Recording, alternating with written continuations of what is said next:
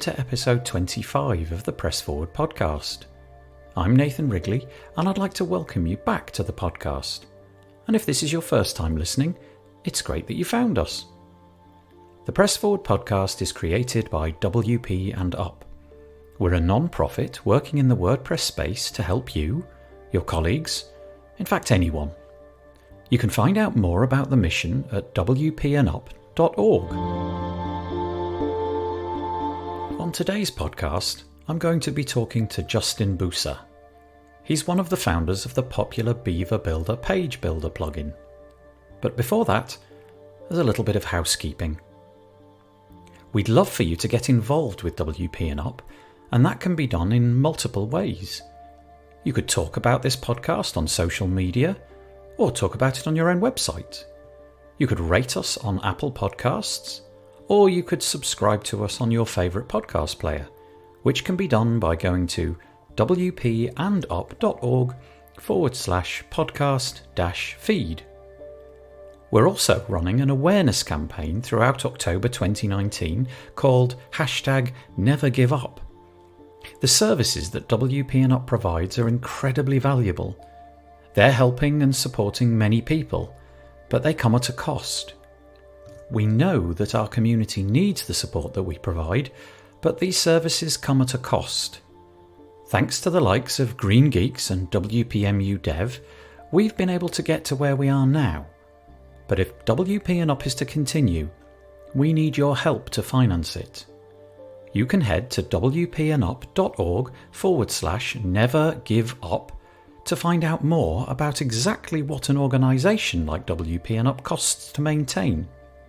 From there, you might like to head over to wpandup.org/donate and donate something yourself.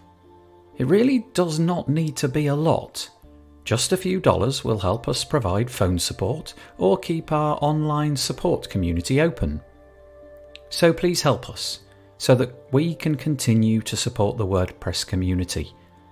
Those URLs again, wpandup.org/nevergiveup and wpandup.org/donate. Thank you. The Press Forward podcast is brought to you today by Green Geeks. Green Geeks offers an awesome managed web hosting platform that's built for speed, security and scalability whilst being environmentally friendly. Enjoy a better web hosting experience for your WordPress website, backed by 24/7 expert support. And we do thank Green Geeks for helping us to put on the Press Forward podcast. So today is another episode which was recorded live in the halls of the Estrel Hotel in Berlin. This was the location of WordCamp Europe in 2019.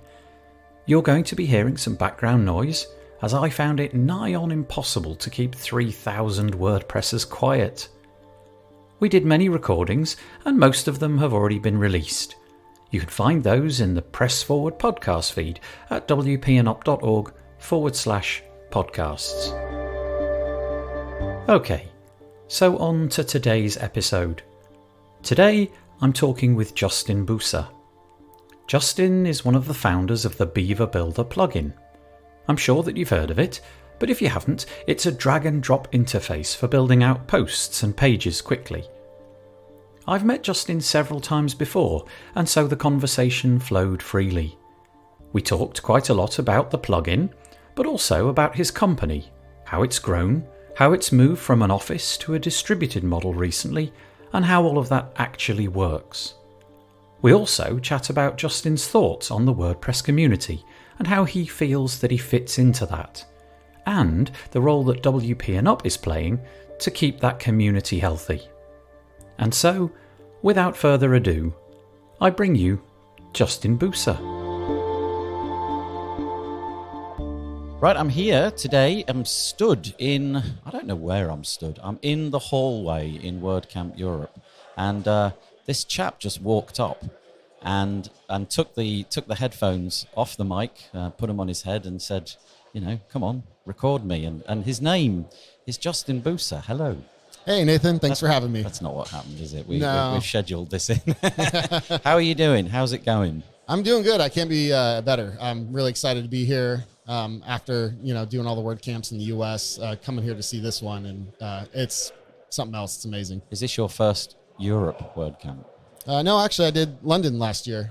That was the first one, but this is my first WordCamp Europe. Yeah, I think that's what I was meaning. So do you sort of see this as a nice chance to get away from the office, drag the team, the Beaver Builder team out into a different part of the world and basically have a nice holiday? Or is there a purpose to this involving Beaver Builder? Are you here to meet and greet and schmooze and all of that?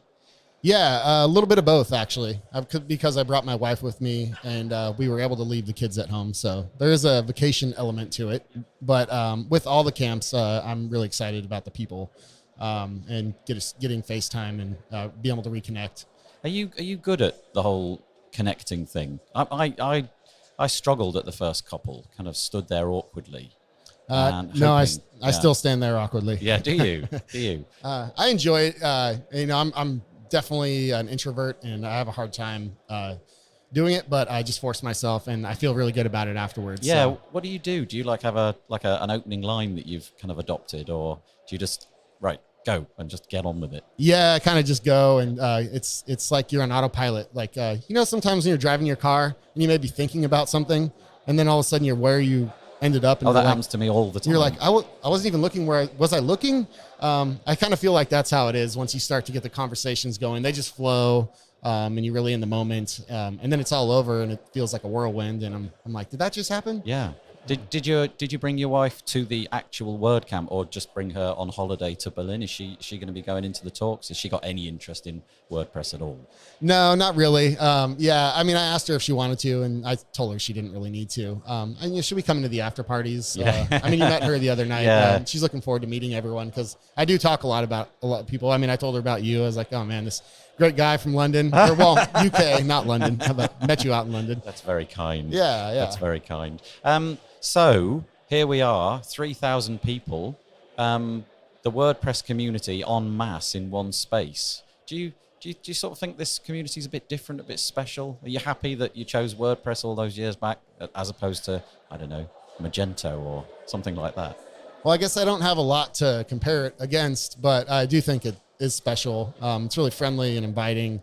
I don't feel, like the imposter syndrome you get sometimes. I feel, very comfortable around a lot of people that I look up to in this community. And it's very inviting, and it's the camaraderie. Have you got a laundry list? Did you and your team, the guys that came out, did you prepare a list of, right, these are the things we want to achieve? Want to meet this person, talk to this company, make sure we lock in this deal? Or is it way more laissez-faire than that? Let's just show up and see what happens. Yeah, it's kind of let's show up and see what happens. But we individually, I think, have our lists. I usually go through the attendees lists, start to get excited. Oh, that person's going to be there. That person's going to be there. And so, we'll have our own little kind of agendas on who we want to catch up with. And then also, too, it's just people we haven't met before or that we've only talked to online. That's what's really exciting to me is meeting people that I've only ever seen their avatar. I just got done Puneet from PowerPack. We've been working together for the last 3 years because of the work he does with Beaver Builder. Never met him in person. Really? Yeah. That's nice. So it's really exciting, to put the human elements into it, because we're sitting behind the screen so much. Yeah, we do sit behind the screen an awful lot. It's just nice to get out. I'm just enjoying kind of milling about and meeting new people. I'm probably not going to be attending many of the talks. Sure. Have you got any talks penciled in? I was going to play it by ear, but Matt's doing his Matt on WordPress at 2:00. So I've seen the size of the room. I'm sure it's quite large. It's really big. I couldn't imagine going up and standing up in front of 3,000 of us. Yeah, you and me both. Yeah, that'd be amazing. So no, apart from Matt, nothing, no major talk agenda. I haven't really. Because I guess it's just kind of starting. I haven't really looked at the schedule too hard, but I'll grab a talk or two over the next day or two. But I do, the hallway track is the big one. So let's talk a little bit about Beaver Builder. How's it going? How is the page builder industry? It's good. It's wild. I mean, obviously there's been a lot of ups and downs over the last 2 years with Gutenberg and everyone, kind of asking us if we were still going to be in business when that launched. But just, the mission hasn't changed. We're helping people, and we're trying to make their job easier, and that's we're still succeeding in that. So I'm pretty happy with that. Is it growing? Have you got a bigger team than since the last time I saw you? Yep. We've just got 2 new hires this year, actually. Our first marketing hire, and then a new developer who is focusing on SaaS for us. So we're getting into the SaaS space, which is, I feel like as a company, we're kind of improving our knowledge and proficiency on technologies, rather than, like one person going out and saying, okay, well, you need to learn this. We're just growing the team so the company as a whole can have more experience and knowledge in areas. Who's in charge of all the sort of hiring and all of that business then? When you think to yourself, okay, we need to get one more person to fill up this role, does that fall on your shoulders, or is that Billy or Robbie or somebody else? The 3 of us usually kind of tackle that together, but we all have our proficiencies. So if it's a developer, usually I'll be more in charge of it, and then marketing, Robbie, and so on and whatnot. And where are these people based? Anthony's actually kind of close to us. He's from California. I'm not sure originally, but he was living in Orange County, and then now he's in Arizona, just south of California. And then Fred is actually, he's just a half an hour away from me in my hometown. Okay, that's pretty good. Yeah. So do you have any that are ex-United States? I mean, I know that you've got a couple of. Well, I know one in the UK. Right. Danny. 2. Yeah. Simon. So, of course. Yeah. Simon as well. Anybody anywhere else? So it's UK, America. And then we have 4 in the Philippines. Ben, who you may have heard of, was actually our first hire. We were still doing client service work back then even. So that's exciting that he's still on the team. And then we ended up hiring his brother. And then we had 2 other hires out in the Philippines that are still with us as well. How do you manage that? I think the word that people use now, everybody used to talk about remote working, and now it's distributed teams. How do you manage all of this stuff? How do you get work done? What are your tools of choice? Are you in Slack or? Yeah, I mean, mainly Slack, to be honest. We do a lot of Zoom calls, but I think we also try and be careful with those because they can turn into kind of, your, like if we were all in the physical office and we were just having boardroom meetings every day, all day, then, they kind of interrupt getting the work done. But yeah, Slack, and we're really good about that. We have, all the channels set up appropriately, and, different private channels for different teams and things like that. Would you say that your employees are your friends? Do you get along on a sort of friendly level? Do you do sort of social events? And in fact, I know that Automatic, with an amazing 900 employees, I think they try to put them all in one place at the same time. Do you do any of that? Do you all meet up actually in the real world ever? We haven't done a full company meetup, though we've wanted to, but it's just like the logistics. No one's ever really said, okay, I'm going to take that on and make it happen. Although Robbie did say recently, so if he's listening, that I'm like you said, that he's going to do it. But what our strategy has been though is to the different parts of the world. Like Robbie and I went to London last year for the WordCamp, so the London team came out. Robbie's in Philippines and did WordCamp out there with the team from the Philippines, and then WordCamp US. Usually, people from the States will come to that with us. So we've kind of made it a point to try and connect with the team that way. To your question about being friends, though, absolutely. Oh, nice. Corey Miller, I'm not sure if you're familiar with him. Yeah, I've spoken to him a couple of times, yeah. Yeah, we early on, when we were just starting out with Beaver Builder, we got a lot of good advice from him, and one of the things he really drove home was company culture. So we've really made it a point to focus on company culture, and for us, it kind of trickles down from how we are, just kind of being relaxed and not a lot of pressure, friendly environment. But we definitely have fun, even though we're all just in Slack. One of our big things that we do is we, make Photoshop memes of each other. Oh, nice. So there was actually one in Slack, I think maybe yesterday or the day before, that Danny had made, where, I was looking like the German guy with the suspenders on and the big Stein and all that. Lederhosen. Yeah, but with my face. So yeah. we got a lot of that going on. So it's a nice culture. You're happy with the team that you've got? Yeah, absolutely. And do you see more hires in the future? Does it look like rosy, the future for Beaver Builder? Are you planning to be around in 5 years' time? Yeah, I think so. I mean, you can't predict it. I mean, I wish I could. Probably sleep a little better at night, but yeah, no, everything's looking good. I definitely see more hires in the future, but our approach has always been to hire as we need to, not like, specifically say, okay, well, we're just going to hire a bunch of people so we can just start to do more stuff. It's more like we kind of figure things out and then say, okay, this is who we need for this role and that kind of thing. So do you consider, like, this is going to be the wrong word because the reality is it's born out of a lot of hard work, but do you ever sort of take stock of your life and like pinch yourself and think, wow, I'm doing this thing. I get to travel and I get to work, from home, and I'm in charge of a team building something inside of a great community. Do you ever sort of get that moment of, oh, this is cool, my life's really nice? Yeah, every day, actually. It's still surreal. I can't believe it, even, to be honest. Like, yeah, absolutely. It's amazing. I just think the people that I talk to, very often it's plugin theme people, and they're making a living. So there's the internet, and then there's WordPress in the internet, and then within WordPress there's page builders, and there's a handful of those, and yet everybody can make they can make a living out of the little niche that they've got, and it's pretty amazing. Yeah, it is. I mean, especially when you think of the whole pie scenario. It's just such a big pie in the WordPress space. There's a lot of room for a lot of people to do a lot of things. Yeah. So.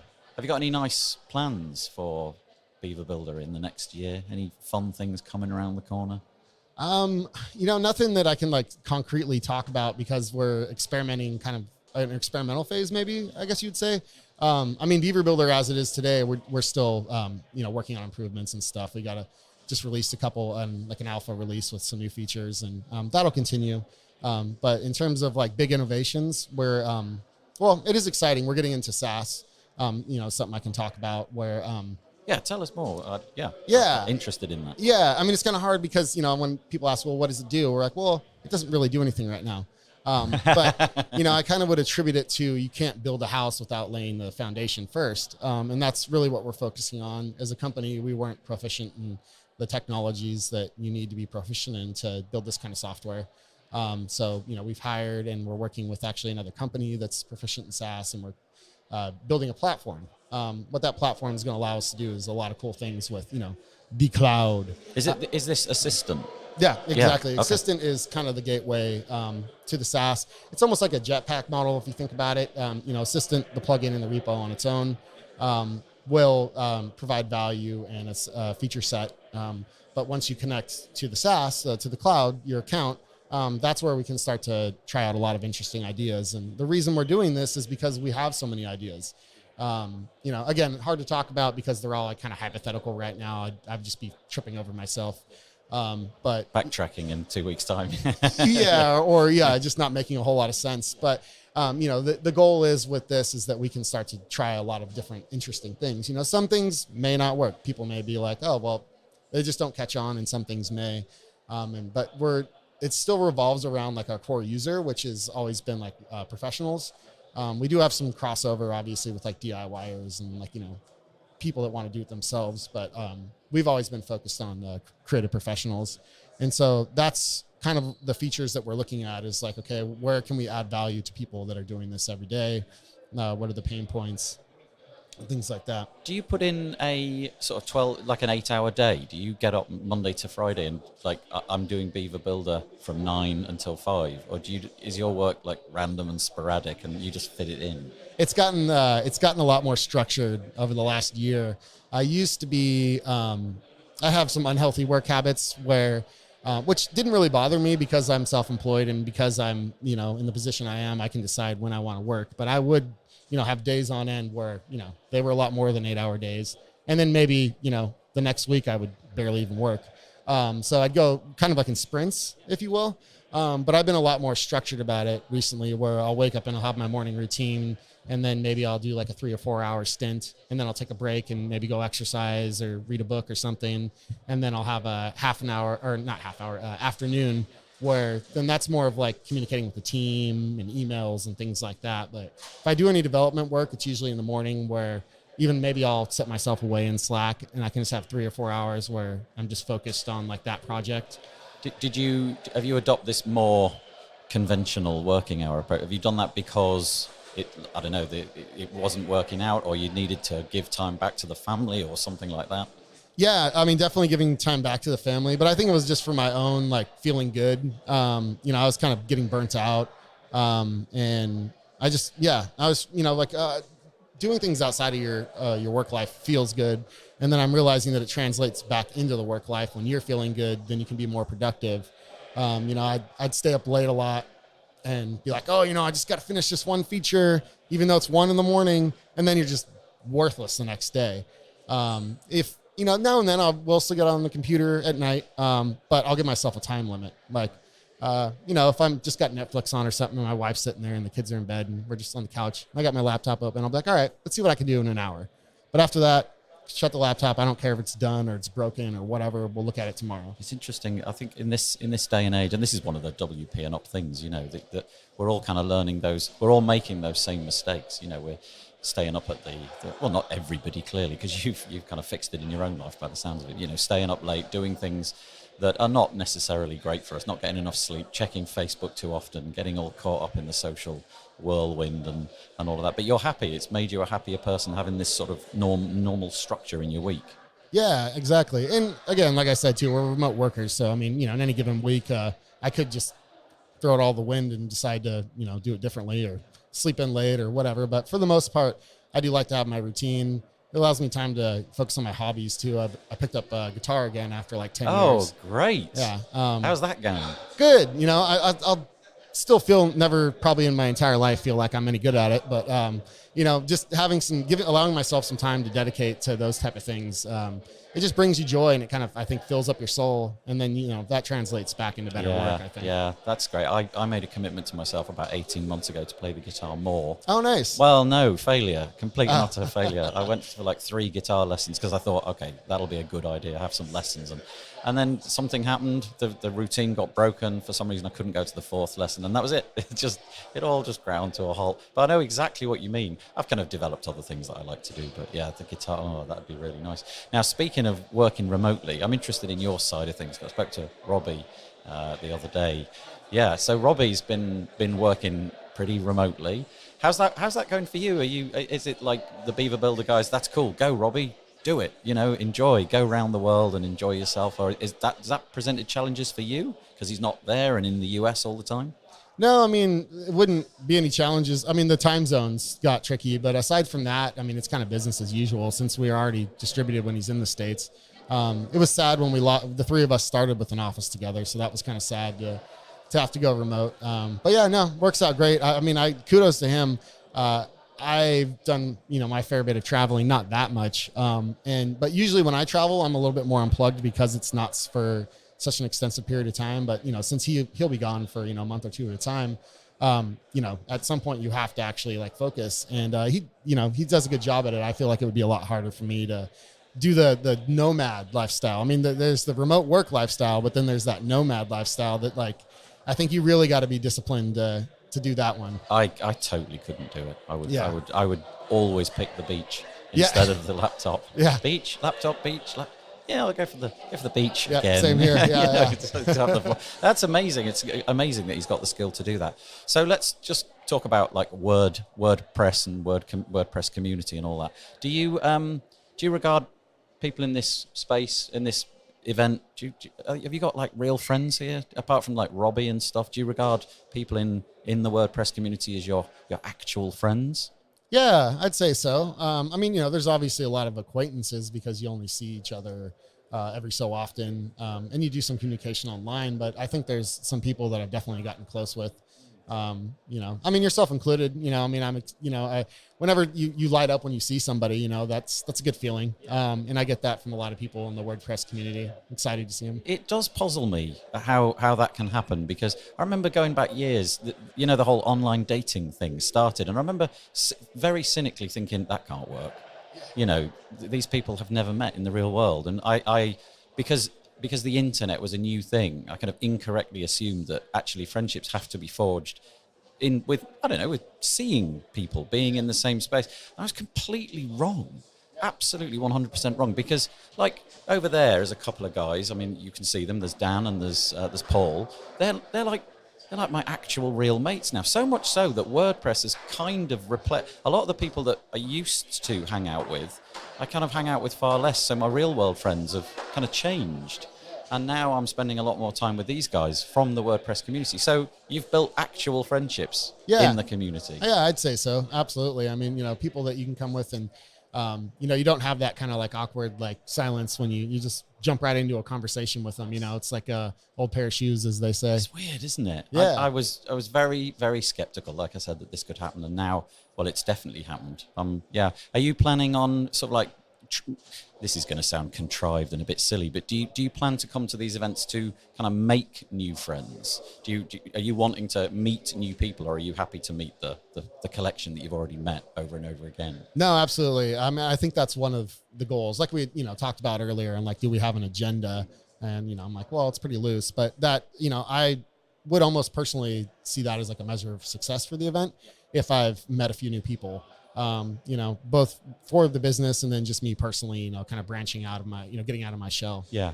Where do you take it then? So let's say, for example, that you meet somebody at this event. How do you keep that going? Are you like, do you communicate with people on Facebook, or I don't know, the actual old-fashioned phone, or is it email, or? I used to. I don't do it so much anymore, but I used to make it a point to do like an email follow-up after events. And just, give it like a personal, like, nice to meet you and all that kind of stuff. And now it's more just kind of organic online on social, but I'm terrible on social. I don't mean, you're terrible on social. I mean, I'm terrible on social. I'm just, social has gotten just a little bit overwhelming. So sometimes I just like stay away from it. And then I'm like, I want to connect with these people. Like I set up a Twitter account thinking I was going to do Twitter, and then I didn't. I can't do Twitter. I actually had to get somebody the other day to explain to me how to look at replies. Oh yeah. I literally did not know, because I needed to know that somebody had replied, and I had to be taught how to do it. I'm pretty terrible. I should probably dwell on the sort of the nature of this charity. Do you know about what we're doing? Yeah, I follow you guys on social, so I've definitely kept up on it. I don't know if this is anything that you identify with, but the idea is that, people who, well, there's obviously no statistical measure of this which is accurate, but there is a connection between people who work on computers all day long and sort of isolation, let's say. People, they struggle with that sort of stuff. And so we're coming to these events hoping to promote this charity, get it more widely recognized, so that people can come to the charity and receive some free support in return. Nice. It's interesting. We're at the phase where we've kind of mapped out all the things that sort of need to happen. It's a non-profit. Is that what you call it? A non-profit? Yeah. We call it a charity. So it's probably the same thing. Yeah. And we're now at the point where we want to be able to actually offer this stuff. So if you phone up or you send in an email or something, we can then turn around and match you up with somebody. So if it's a problem with your business, you're not sure about how to, I don't know, file your tax return or something like that, we can maybe hook you up with somebody who knows about that. But if it's more mental health, say, we can hook you up with somebody who's maybe done something similar before. You ever gone through any of those sort of issues before? Yeah, absolutely. I mean, I could probably sit here for another 45 minutes and talk about it, but I did touch on it a little bit when we were talking, with like the schedule and the hobbies and things like that. But remote work, I think it's been probably about 3.5, almost 4 years now since I was working in an office with the guys.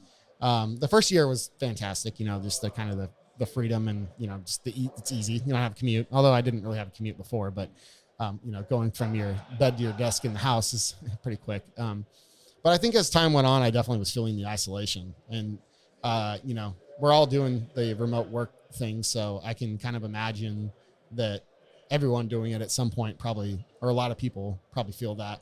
And I felt weird saying that I was feeling isolation, because I do have my wife and 2 kids at home, and my wife's a stay-at-home mom. But it's just that connection with other people.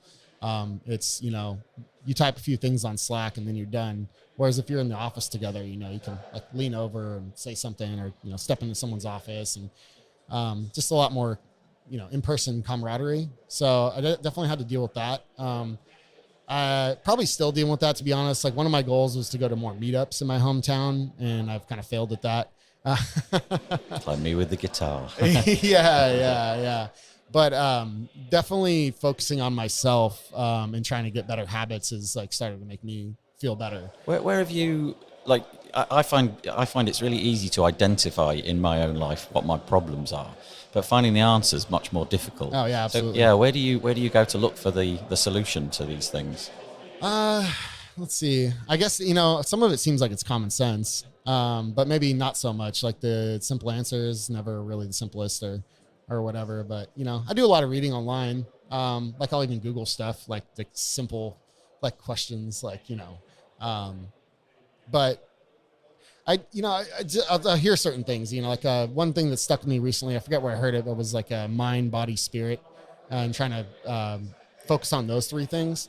And so just to like kind of like better myself and like how, like make sure I'm as good as I can be and like be like the most, the best version of myself. I think we all know what we want inside, like the best version of ourselves looks like. And sometimes maybe we know that we aren't achieving that, and that can bring us down a little bit. So that's what I've been kind of focusing on. Like once I heard that, it's like, all right, mind, I need to start reading more books. I read something that said, branch out of your skill set in your industry, like read things that are going to introduce you to new concepts and ideas beyond what you do every day. Body, I've been trying to be more active. I mean, for me, it's been just, your typical gym type stuff. But I think for anybody, it could really just be going on hikes or walks, or if there's this particular sport you like.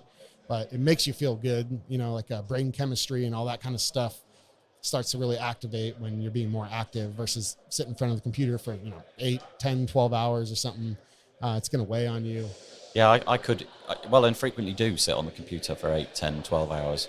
And I don't really spot it in myself, but I think the sort of cumulative effect of that is it's not a happy Nathan. Yeah, it kind of drags you down a little bit, even if you're not like completely bummed out. Yeah. Like, you could just be more invigorated, I guess, type of thing. And to be honest, I've been thinking about, the whole thing of, we're like blessed to be on this planet. We only, at this period of time where there's so much prosperity and all that kind of stuff too. Like I want to be able to take advantage of all of it, not just, wake up one day and be, towards the end and be like, wow, looking at that computer for 10 hours a day was really, really awesome. I did 12 years of looking at the computer for 12 hours a day. Yeah. Where did life go? Yeah. So it's a lot of balance because, like you were saying, I'd love to just choose the beach every day, but that's, that's not like a reality. So it's a lot of balance and making sure it's probably going to be no one's ever going to completely figure it out. It's like a lifelong, like you just kind of got to look in the mirror and be like, okay, how am I doing?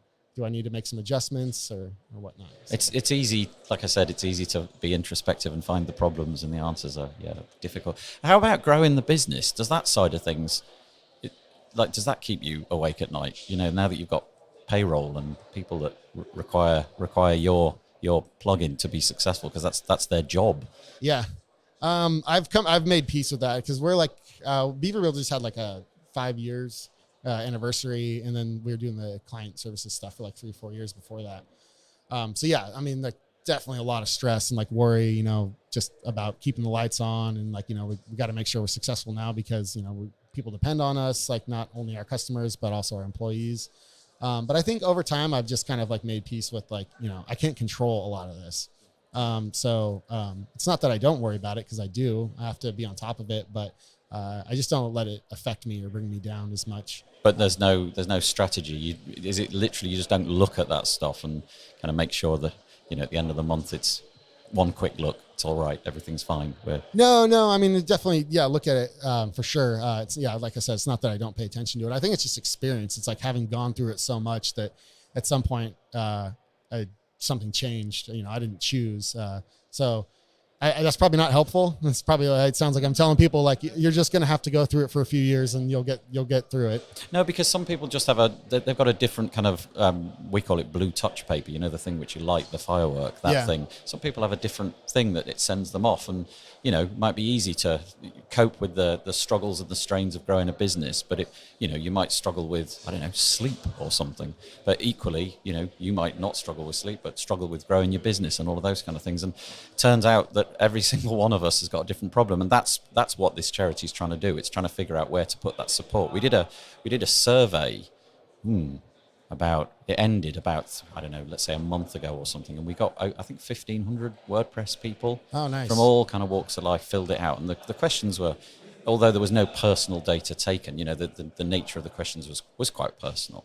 You had to if you wanted to complete it, you had to sort of tell us about what was going on in your life. And the data that came out of that was really interesting, and in some ways a little bit troublesome, worrying. Right. A lot of people, really in this industry struggle with all sorts of, dark thoughts and what have you. I feel slightly blessed that I don't have to deal with that too much. Right. But I know there's a lot of people that do. So, yeah. Yeah, it's like the iceberg thing where, you see everything on top, but there's all this That's stuff. Corey Miller again. Yeah, isn't it? yeah. He's definitely influenced. He's me. actually one of the trustees. Oh, no kidding. Yeah, he's one of the trustees of the charity. I don't know if that'll ever get onto the airwaves, because I don't know if that's public knowledge yet. But he has Nice. signed up, and I did a podcast with him talking about exactly that. The iceberg thing. Yep. Here's what the public sees: this sort of polished, nice version of myself, and yet underneath there's all this stuff lurking, and it's dark, and it's difficult. Yeah, and I think hearing that helped me to realize that when I see a lot of stuff online, and I'm like, oh, I'm not, like as successful or these. I realize that there's more to it, when I see these things, and not to read so much into it, because there's always more to it that you're not seeing online. Do you have you in the past sort of judged yourself against other similar products, shall we say? Do you do a bit of that? Yeah. Oh yeah. Oh yeah. Yeah, Okay. yeah, absolutely. I mean, and again, it comes with I just having gone through it for so long that now I don't worry about it as much, and I'm really focusing on what's our mission, rather than trying to compare myself to someone else. I mean, it's the same with just people outside of work, right? If I'm looking online and I'm like, oh wow, these people are all attractive, I'm not attractive. Don't worry about everyone else. Worry about you, and then good things will happen, because nothing's going to happen if you don't do anything. So, have you ever pivoted Beaver Builder? I've got this sort of notion that in you've kind of decided to make it more of a focus towards professionals. That's the word I'm going to use. Professionals. Is that, have I got that about right? Is that where you're aiming the product out more now? Yeah, and I don't think we've ever decided to pivot Beaver Builder. That's just because it's our professionals is what we know, and the people we've hired also know that too. So it's just the company as a whole kind of understands that. I think if we did want to pivot, we'd have to, bring in some other expertise, and it's better to stick with what you know, really.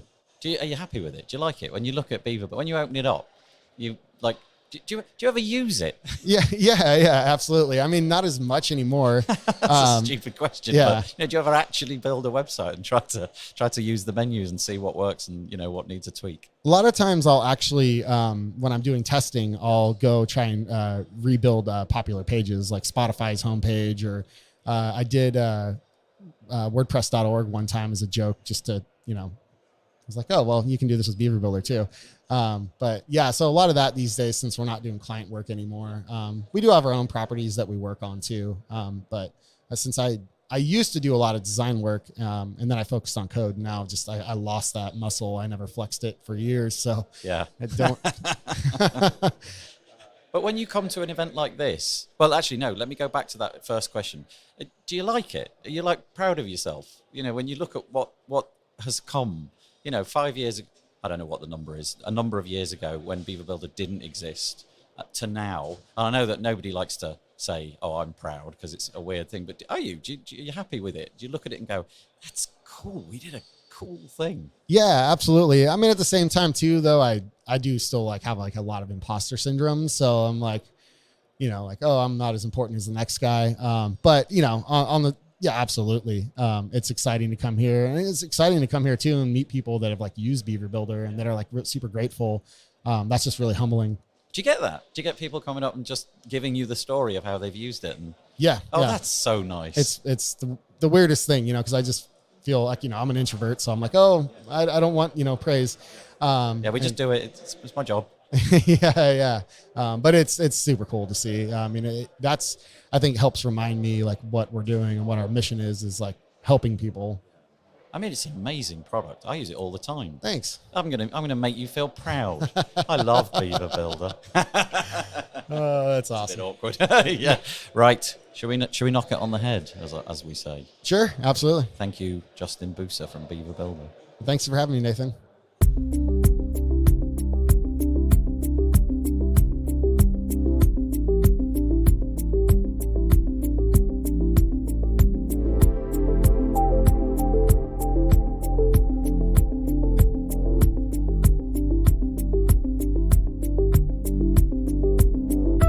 one of the purposes of the Press Forward podcast is to lift the lid on topics that don't get talked about enough, to allow people to share their stories so that others might listen, and by listening, they may gain an understanding that they're not alone.